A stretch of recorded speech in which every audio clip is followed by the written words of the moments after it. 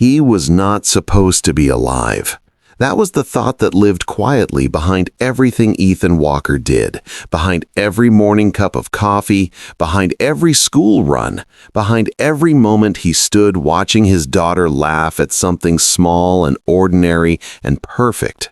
He was not supposed to be alive, and yet here he was, standing at the edge of a sunlit field at Harbor Ridge Marine Base, listening to children playing around armored vehicles, feeling the ocean breeze move through his faded jacket, thinking that the world was, despite everything it had put him through, extraordinarily beautiful. Atlas pressed against his left leg. The German shepherd did this without being asked, without command. He simply moved close when Ethan grew still, the way certain souls know when another soul needs anchoring. Ethan dropped his hand to the dog's broad head and left it there. "I know," he said softly. "I'm all right." Atlas looked up at him once, steady and unconvinced, then returned his gaze to the crowd. Lucy had already broken free. 8 years old and entirely fearless, she moved through the crowd the way light moves through water, quick and bright and bending around every obstacle with effortless joy.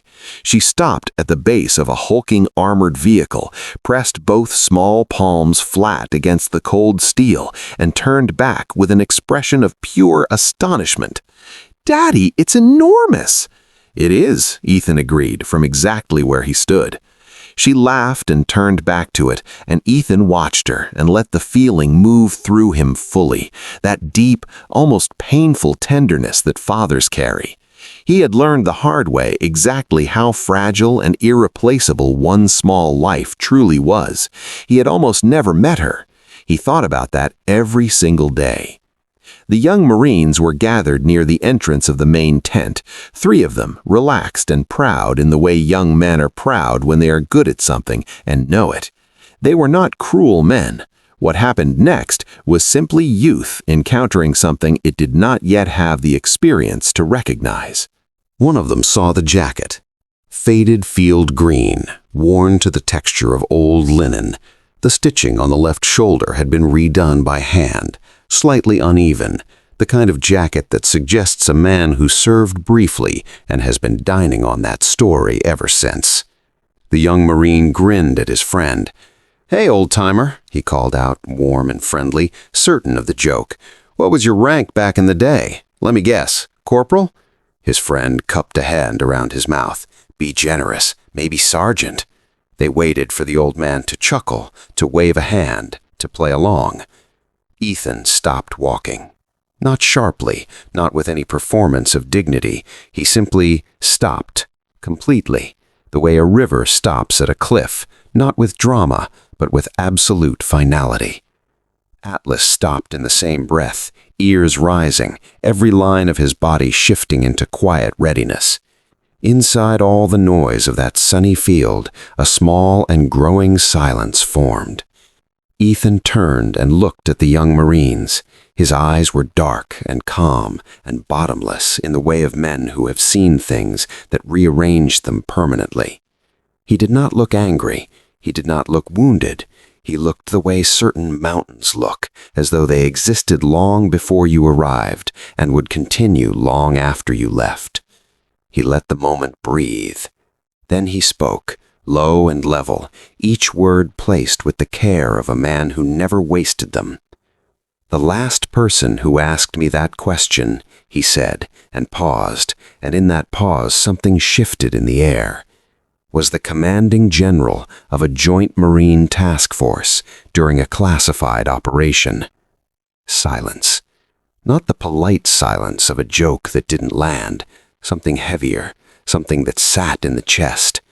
The young Marines looked at each other, and the grins dissolved slowly, like something being absorbed. One of them opened his mouth slightly and closed it again. Ethan placed his hand gently on Lucy's shoulder as she drifted back to his side. "Let's go see the helicopters," he told her quietly. They walked. Atlas moved beside them without looking back, because Atlas had never once needed to look back. He always knew where the danger was and where it wasn't. An older veteran stood alone near the equipment display. a man in his 60s with the quiet, watchful stillness of someone trained to observe everything. He watched Ethan cross the field, then watched Atlas, and something in his expression sharpened. "That dog is a combat canine," he said quietly to the man beside him. "You sure? Watch his eyes. That dog has been in places that would make your hair stand up." He paused, and so is that man. Across the field, Lucy had wrapped both arms around Atlas's neck, whispering something into his fur that nobody else could hear.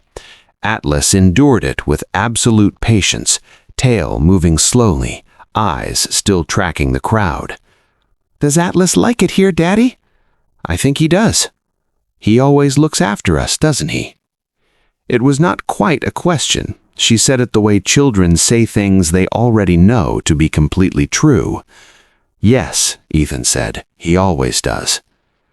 What Lucy did not know, what she was still too young to carry, was what that watchfulness had cost, what it had required on one specific night from one extraordinary animal who had decided without hesitation and without calculation that his answer would always be the same.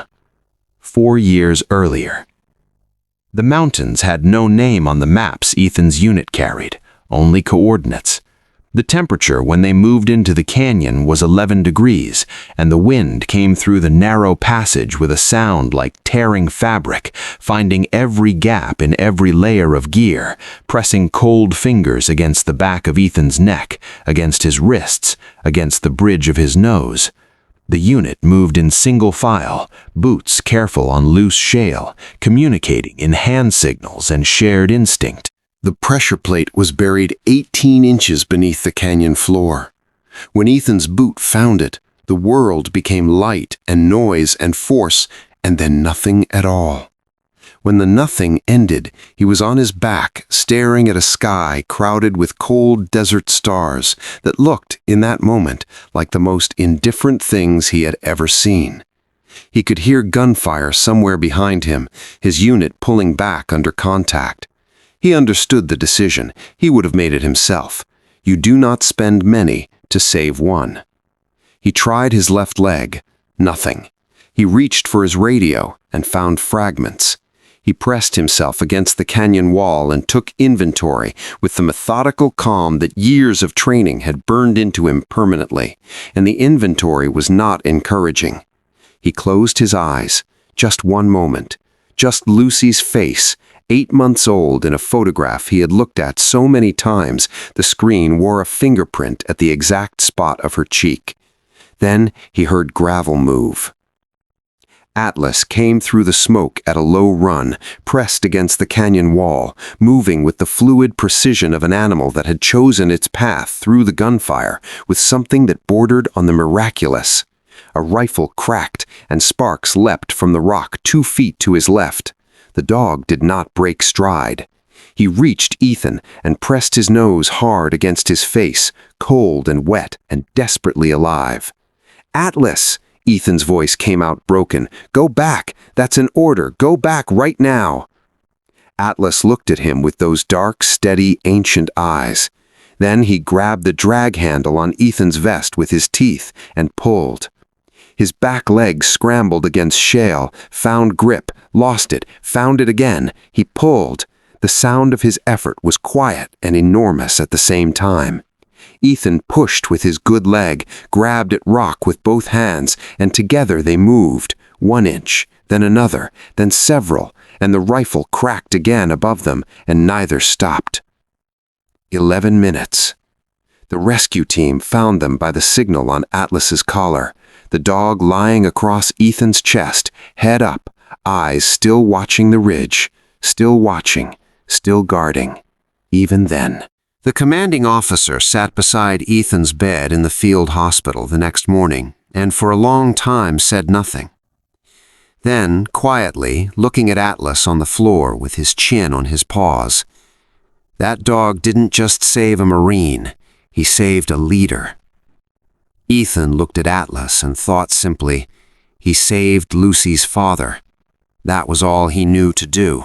That was everything. The metallic snap, when it came, was sharp and completely wrong among all the warm afternoon sounds of the base. Ethan heard it before he understood it, body already turning on instinct, and then he saw the equipment display stand, heavy, old, its base support giving way, leaning in that slow and irreversible way of large things falling past the point of return. A cluster of children stood beneath it. Lucy was at the center of them. The distance between Ethan and his daughter in that moment was the longest distance he had ever known, longer than any canyon. He was running before his mind caught up with his legs, and the sound that came from his throat was not a word but something beneath words, animal and desperate and completely raw. Atlas was already gone. The dog crossed the distance at a full sprint, locked on to Lucy with the targeting precision of an animal that had long since surpassed his training, and hit her cleanly with his shoulder, controlled, deliberate, driving her sideways and clear. Atlas rolled with the momentum, and the metal frame came down 1 second later with a sound like the end of something. The field went silent. Ethan reached them and dropped to both knees. His hands moved over Lucy first, her palms scraped, her face white with shock, but whole, completely whole. Then to Atlas, who lay on his side and was not moving. Lucy looked at the dog. The sound she made was grief in its purest form, the grief of a child who has not yet built the walls that adults build around that feeling, and so it came out of her completely and openly, and it was the most heartbreaking sound on the entire field. "Atlas," she whispered, "please, please wake up. Please don't go." Ethan's hands moved over the dog carefully, thoroughly, and they were trembling, and he did not try to stop them. The Navy corpsman who appeared at his side said nothing. He simply knelt and worked alongside him in the quiet way of people who understand that sometimes the bravest thing is simply to be steady for someone else. The crowd stood in a wide and wordless circle. Then the tail moved, slowly, weakly, unmistakably. Lucy made a sound that was the exact opposite of the one before, full and overwhelmed and flooding with relief, and she gathered Atlas's heavy head into her lap and bent over him with her whole small body shaking. "You saved me," she whispered, again and again, like the truest thing she had ever said. "You always save me." Ethan sat back on his heels. He pressed his fist against his mouth and looked up at the sky above Harbor Ridge and simply breathed. The way you breathe when something enormous has passed very close and you are still here, and you understand once more and completely what a gift that is. The crowd parted. The Marine colonel who stepped through was straight-spined, silver-templed, his ribbons worn with the quiet respect of a man who understood their cost. He looked at Ethan kneeling on the pavement, and his eyes moved to the jacket, the patch, the careful, uneven stitching. His face changed. He came to full attention. His hand rose in a salute that was slow and deliberate and entirely sincere. The salute of a man who is not performing respect, but feeling it, all the way down to something that cannot be faked. "Sergeant Major Walker," he said, quietly, and in that silence it carried across the entire field. "Sir, it is an honor to stand in front of you again." At the edge of the circle, the young Marine who had called out his joke an hour ago stood completely still. He repeated the words under his breath without realizing it. Sergeant Major. The highest enlisted rank in the United States Marine Corps, among the most rarely and most painfully earned. He looked at the quiet man kneeling on the ground beside his daughter and his dog, and felt something shift inside him that he understood even then he would carry for the rest of his life. Ethan looked up at the colonel and gave one small, quiet, mutual nod. Then he returned his hand to Atlas's fur and stroked it slowly, the way you touch something you love when you have just been reminded how close you came to losing it. "You stubborn, impossible, beautiful hero," he whispered. Atlas looked up at him. Those eyes, those same steady, loyal, ancient eyes that had come back through gunfire and smoke in a frozen canyon in the dark. They held no demand, no complaint, no need for recognition from any crowd. They held only what they had always held. Him. Just him. Always only him. As the sun fell long and golden toward the Pacific, Marines raised their hands one by one across the field, not on any order, not at any signal, simply because something in them required it. A slow and wordless salute moving through the crowd like a tide. Ethan rose to his feet. He took Lucy's hand. She rested her other hand gently on Atlas's back as the dog rose beside them, carefully, slowly, but rising, because Atlas had never in his life stayed down when Ethan needed him upright. They walked toward the western light. A man who had given everything silently and asked for nothing in return. A little girl who would grow up knowing in her bones what real courage looked like and what it asked of you. And a dog who had never once, not for a single moment, calculated whether the cost was worth it. He had simply decided. Every single time, he had simply decided to stay. The crowd watched them until they were small against the light. And nobody said anything because some things arrive already complete, and the only right response is silence and gratitude and the quiet private resolution to be, in whatever small way you can manage, a little more like that. It teaches us that appearance tells us almost nothing about a person's true depth. The most decorated among us often walk quietly in worn jackets, invisible by choice, and we judge too quickly and too shallowly. It shows us that loyalty is not a feeling, but a repeated decision, made under pressure, without audience, without any guarantee.